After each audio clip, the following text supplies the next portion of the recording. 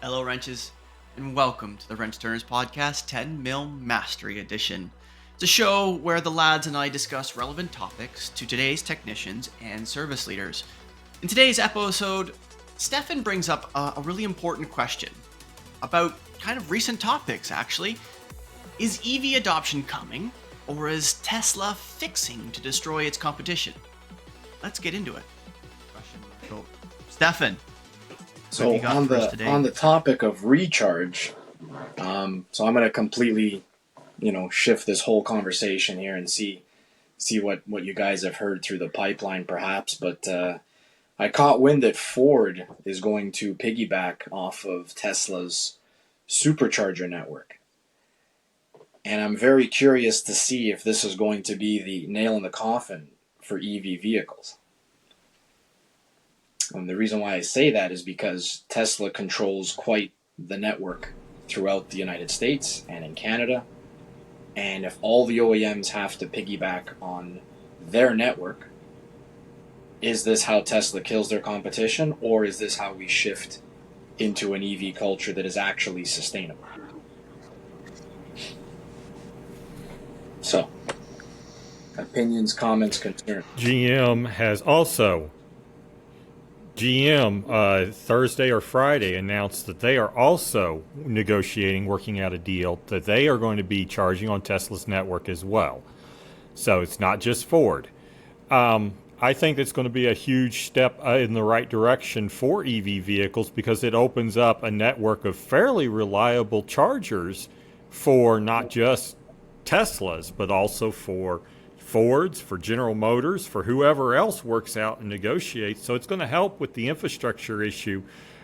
We have a charger here, can't get it working because the electronics, so they're still trying to sort out with the electronics so that our stuff that we paid $45,000 for will work.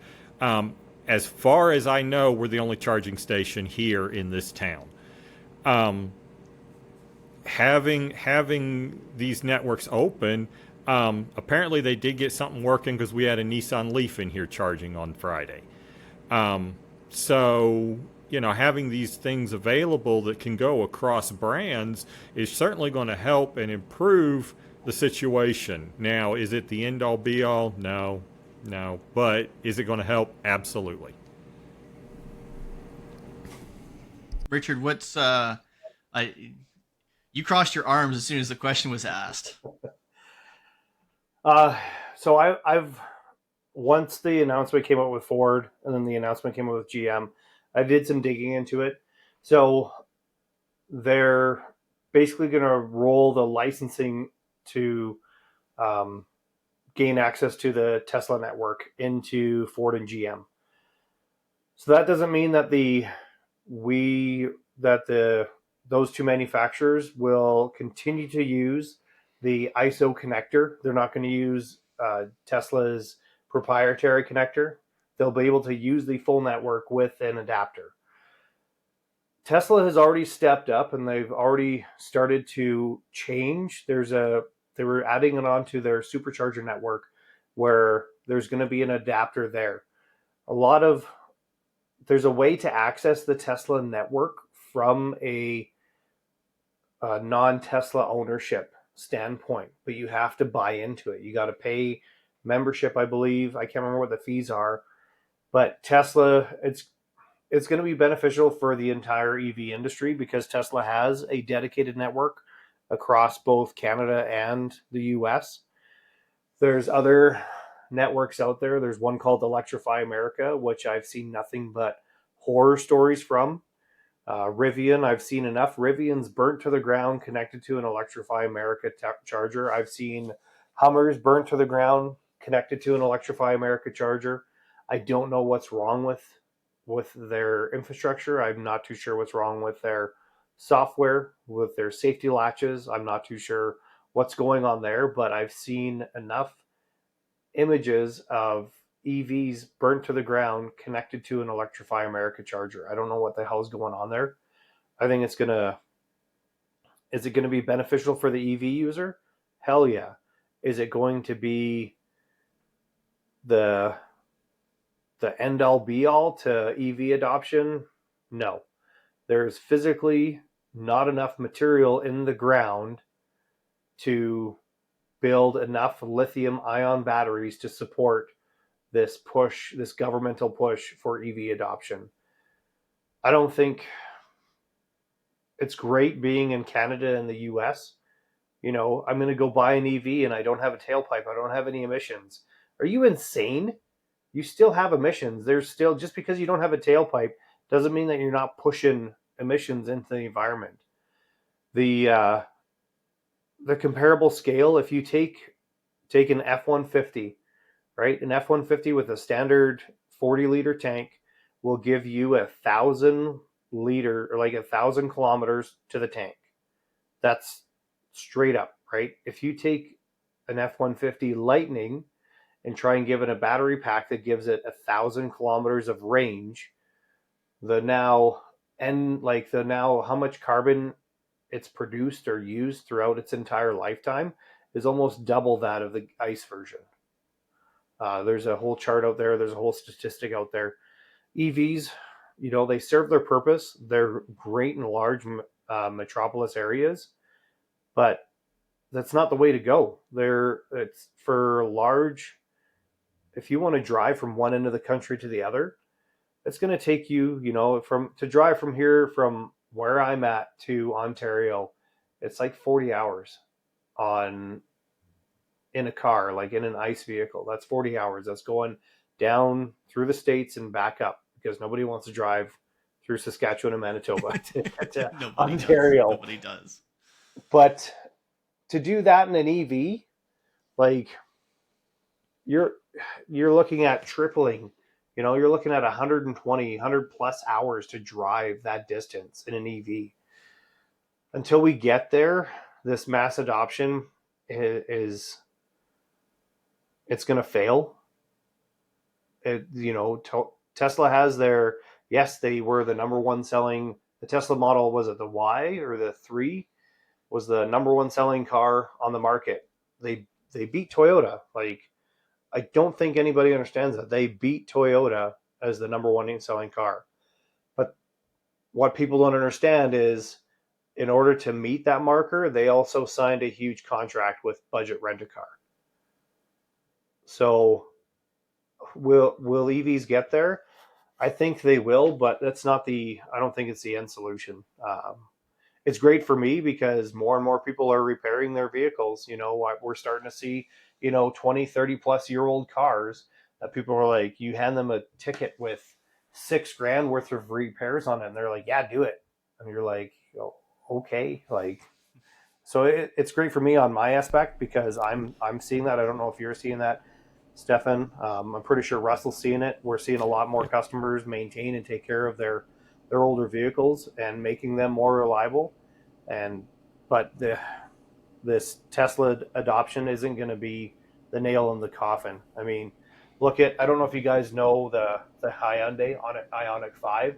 It has a physical problem in hot weather conditions. When you have the charger in and plugged in, if it's running at a level 2 charge, it will actually overheat the plug and throttle down until it shuts charging off, because the connector overheats.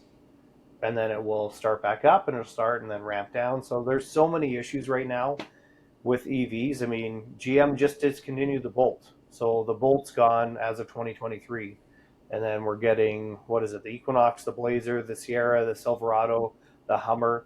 You can't even get the top tier vehicles right now. There's such a wait list. The Hummer EV is selling for $250,000 privately. Who can afford that, right? Who can afford a $50,000-$60,000 EV? The budget for these vehicles is it's insane. Until we come up with a cheap EV that can get you from point A to point B more than 100 kilometers, because even a Nissan Leaf you're looking at 158 kilometer range, and that car's $48,000. And we don't. And here in Canada, we're not getting the incentives that we used to. Like, a friend of mine bought a Leaf several years ago, and it was like, I'm just trying to remember the numbers, so forgive me, don't quote me on this. If Philip's listening, he'll be able to chime in, and I'll get a text message someday saying, hey, no, this is right, whatever. But I think he bought a Leaf that was 2 years old on the lot. So think about it conceptually. So it's 2023 right now. Think about buying a brand new 2021 that's still on the lot. So it's sat for 2 years. And he bought it in a time when there was still the green tax rebates live and on our income taxes. So I think we'll use the number $48,000. That Leaf, because of the markdown on the 2-year-old car, plus the tax rebates actively from the government on the active buy, and then the subsequent income tax rebates on buying that car, I think that car was only like $27,000. So that makes that a very affordable, like $27,000 for an economy car is worthwhile, right? But right now there are none of those rebates on that kind of car, so it's just a $48,000 150 kilometer range vehicle. I don't think that the statement from Ford and the statement from GM that this is how things are going to go. It's definitely going to help. It's definitely going to help adoption. It's definitely going to help sales. I think there's going to be additional problems because, as we all know, as soon as you put an adapter in any kind of electrical situation, you get problems. It might be, fully well resolved quite well, but there's always the less than spectacular consumer who doesn't truly know how to use the adapter properly or use the connector properly that burns the car down. I believe that our source materials, I believe, this is a belief, not completely due diligenced belief, but I believe that there's more than enough materials for those batteries because it's being underreported. I think there's a lot of stuff that's not truly reported properly, and I believe it, Richard. Genuinely, I believe it. I have a feeling that something is not quite right. I know. We both looked, but my gut tells me that something's not right with the reporting. It's pure gut.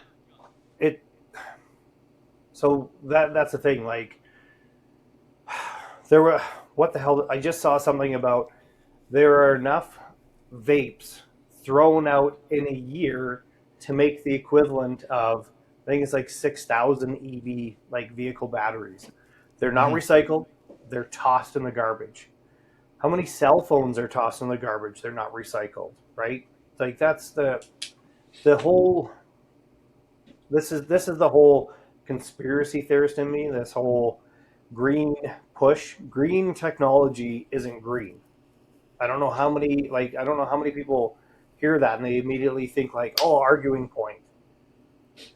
What I would love to see in Canada is more nuclear, more investment in nuclear, because in Alberta we have I think it's maybe one nuclear plant. I'm not too sure. I'll have to look at it. We may have zero, right? Canada, there was that big push for the entire 80s, like no nukes, that was the 60s and 70s and 80s, right? When America and Russia were building up their ICBM arsenal, and everything was amazing because everything was nuclear, and Canada kind of went the opposite direction. Do we need to change the way we think about our environmental impact? Yes. Are we going about it the right way right now? I believe we aren't. I think this is a knee-jerk reaction to a problem that none of us know how to really solve, right? Like, you have extremes on the left and extremes on the right. Speaking of nuclear, and one of the big reasons why nuclear has always been a problem, and I know we're talking about but not talking about Stephan's question about EVs and adoption and so on and so forth, but this is still somewhat relevant here. Our nuclear got somewhat kiboshed, especially in this country, in Canada, because of what to do with the waste. And that has always been the challenge, and that will always continue to be a challenge. I think it's the Swedes are building like a $4 billion facility. And what they've done is they've drilled down a long way, and they've built a really big facility that's going to house their last 50 years of nuclear waste, as well as enough room to handle their country's nuclear waste until, I think they said 21, 25. So they're building a $4 billion facility, and they're actively building it now and actively storing their waste now because it's an active thing. And they figured out a way to, they believe, safely store it, because the way they do it fundamentally is they store the tubes of the radioactive material. I think there's 5 or 6 tubes per cylinder. They encase the cylinder. I can't remember what they encase, the first encasement is, but it's a non-corrosive thing. And then they encase it in a large copper pipe, pressed, never will come unsealed, also doesn't corrode. And then put it in the ground. And now I think they're like 100 feet to 300 feet down. I don't remember how big it is, but it looks like an ant's nest. The way they've built it, it's like a circular path down, and each set they've determined between each other has a set of drills, and they put the cylinder with 5 or 6 tubes in it, and it's completely sealed, and they'll backfill it. So that'll last them 100 and some odd years, never contaminate anything else. They're in a place where geographically is safe, but this is something that just about every country could adopt in terms of waste. And now we're talking about energy other than the waste is clean. And we're talking about how that infiltrates back into EVs, and we're talking about adaptive technologies and charging technologies, and GM and Ford adopting the charging stations, the supercharger stations from Tesla. That still doesn't solve our core issue, and Richard, you brought it up, is that distance on charge, fundamentally. Because I don't know if all of us have experienced what a pure hardcore electric car drives like, and it's a whole lot of damn fun. But it's only a whole lot of fun for a short period of time. We can't go 1,000 kilometers on a tank and then in 6 minutes fill the tank and go another 1,000 kilometers. Not possible.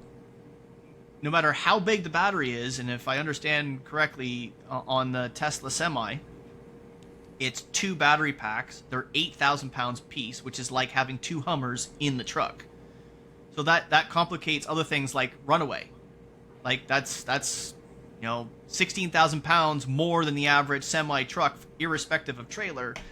That's a problem on a runaway. People die dealing with something with that, even if they have runoff chutes. That's a problem. We talked about that in cars in the UK especially, and now I've heard about it in the States. They're banning EVs at the track because they don't have the facilities capable of dealing with fire related to batteries. So if you have a Tesla, like I think if you go on Google and you look up the dark helmet, it's a Model S Plaid that is hardcore track fitted, is supremely fast, but it's at a track. They had to get special permission to go to that track and have special stuff on hand to be able to race that car on that track. So these are problems that they're having. And Marshall, coming to you to talk about this, have you seen electrification what you're dealing with at the shop and what you're dealing with on the road? Yeah, so we have all the same technology that the cars have. We have hybrid trucks, not successful at all. They're terrible. They have a lot of problems, and I think it's not that they're really terrible. It's that the technicians, there's not a lot of technicians that are trained properly in the heavy duty field to maintain them. I think is the biggest thing. With the hybrids, I work on them quite a bit, but they have a lot of problems, and the problems are difficult to diagnose, mainly because the diagnostic stuff isn't quite there. You were touching on the weight of the batteries on the full electric vehicles.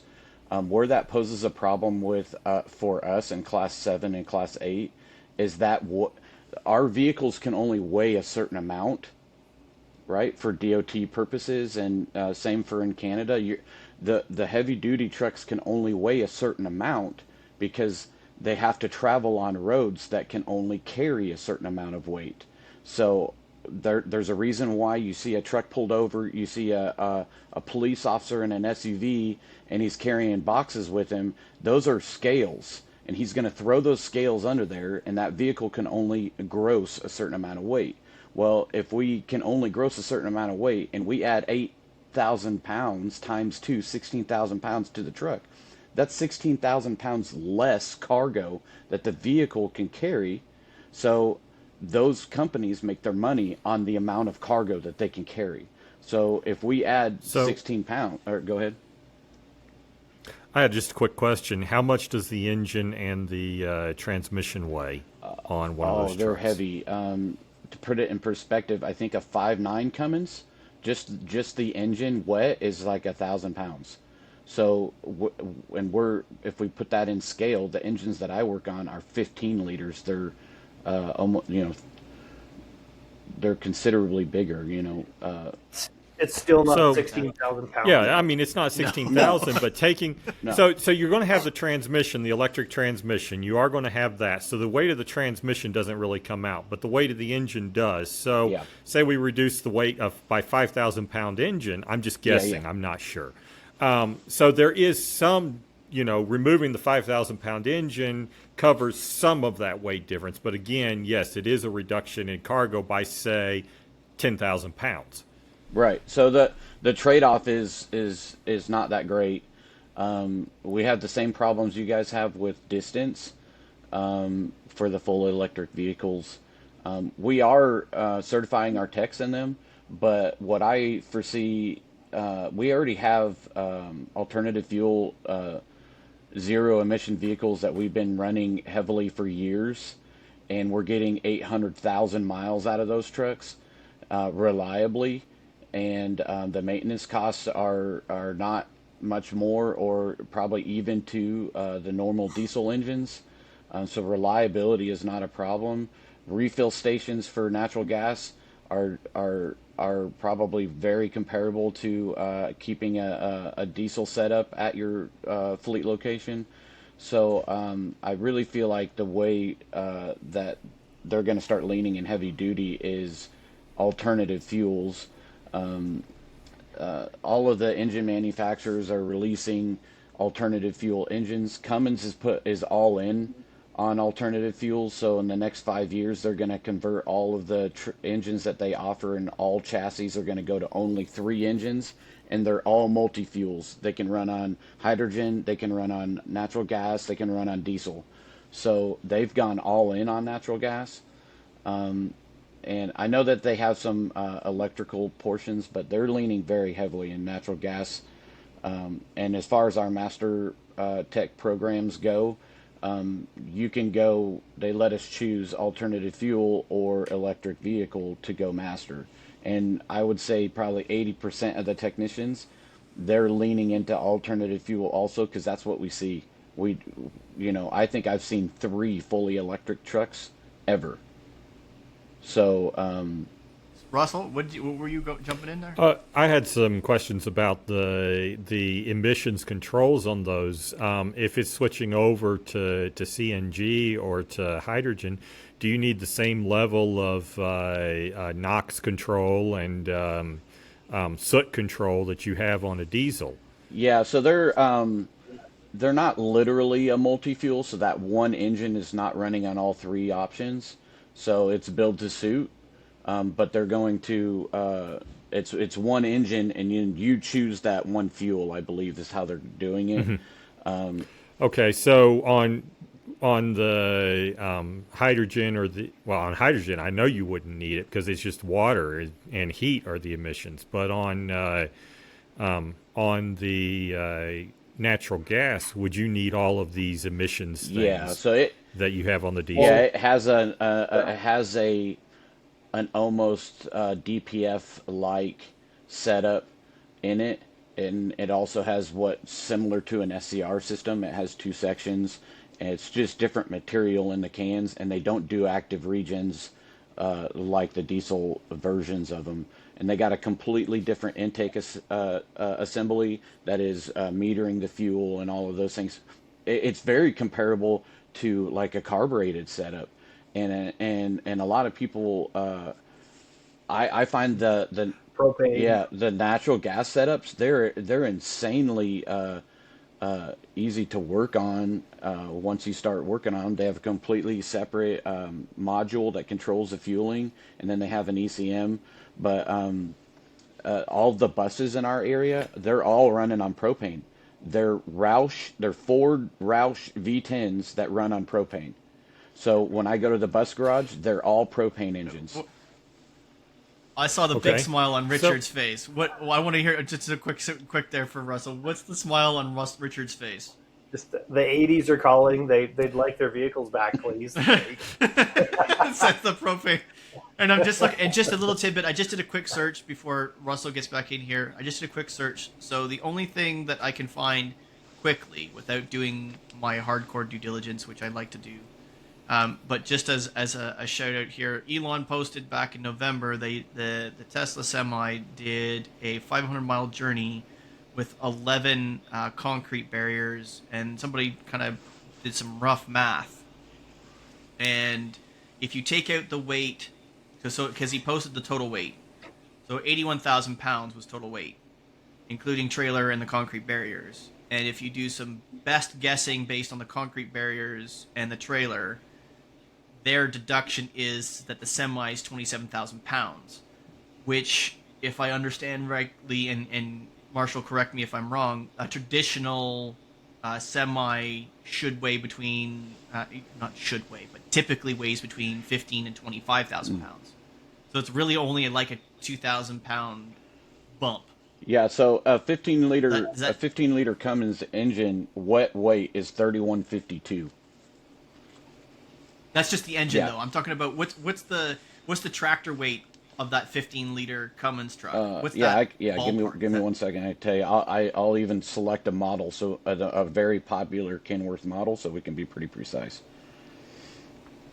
Okay, cool. Because that kind of understanding better. So, and this is where we get into it and kind of doing it live, as it were. But my reading to date, and that's where, they were talking about batteries being 2 batteries in the semi, and somehow we're still talking about it, Stephan. But 2 batteries in the semi being 8,000 pounds each, if we've got a 27,000 pound tractor, which means the ballpark means the tractor itself is 11,000 pounds. Well, if the tractor itself is 11,000 pounds, that means those motors got to be a whole lot lighter than a roughly 3,200 pound 15-liter Cummins, right? In theory, because the actual truck itself has got to be quite light. The frame's got to be quite light in comparison. But then again, if I understand correctly, and somebody can correct me if they're listening, it has 6 motors, if I'm not mistaken. It might be 4, but I think it's got 6 motors. I think it's got motors on the front wheels and motors on all 4 back wheels, I think. I could be wrong. What's your weight? So one of our most popular over-the-road tractors that we sell is the Kenworth T680. Depending on the fuel capabilities, which are optional, that truck weighs 14,200 pounds without fuel. So you can run 2 150-gallon tanks, and fuel weighs 8 pounds per gallon. So you could add that onto there, but let's just call it... that's 4,000 pounds of fuel. Yeah, so we could at most weigh 18K. Yeah, so that's a lot. So that's another 11,000 pounds on that tractor. Yeah, so that the extra two batteries on there at 8,000 pounds apiece, and you're net positive based on weight of engines, because that's your variability, right, Russell? I think we're talking about the variability of the 3,200 pound Cummins versus the engines that are in the truck. That's your net, and then going your battery separate, so you're 11 of the 16. So that's a fairly substantial amount. That is really a substantial amount. You think about the weight, because that's going to be divided more onto the steer tires. If I remember correctly, steer tires at max are allowed to have 12,000 pounds. So you've got to shift more of that back to the drive tires, and you've got all that added weight, 27,000 pounds, right? All that weight on the tires, you're going to be wearing out tires a lot faster too. So yes, or you might be save harder tires without as much grip. You're going to save money on your fuel cost, but you're going to turn around and put it right back in because these tires ain't cheap. Back when I was doing them, they were 300 plus a piece, and that was 6 years ago. Now, another tidbit to throw out there, the average semi-truck mileage is 6.5 miles per gallon. And that's pretty accurate. I think we can take the statistics offline and try and come up with stuff, and maybe that's something that I can share on the post that goes out, or we can add in afterwards. But come up with the statistics between your miles per gallon, 6.5 miles per gallon average versus what it's going to cost you to charge, and the time down, because you're not necessarily going to be, because your time, it takes you probably 20 minutes to fill 500 gallons, give or take, maybe a little bit longer, 20-30 minutes to fill that, but it ain't going to be 20-30 minutes to charge that 2 full battery packs on near empty. And if I understand correctly, the having stations capable of producing the energy required to charge those batteries is a complete It's a city. Story. It's a small city. It's a city, yeah. right? To charge one. It's a small city. To charge one. Anyway, so that's a great question. We covered a whole lot of stuff in there, Stephan. That we went from your question all the way to Tesla semis and covered weight and stuff. That's pretty cool. Oh no, that's the end of another episode, Wrenches. That's okay. There's another one coming next week. We appreciate you coming to listen, watch, and spend your time with us. We hope that we provide the best possible content for you so that you can be educated, entertained, and feel fulfilled being a technician. Folks, please make sure that you like, comment, subscribe, and share the Wrench Turners podcast on whichever streaming service of choice that you're using.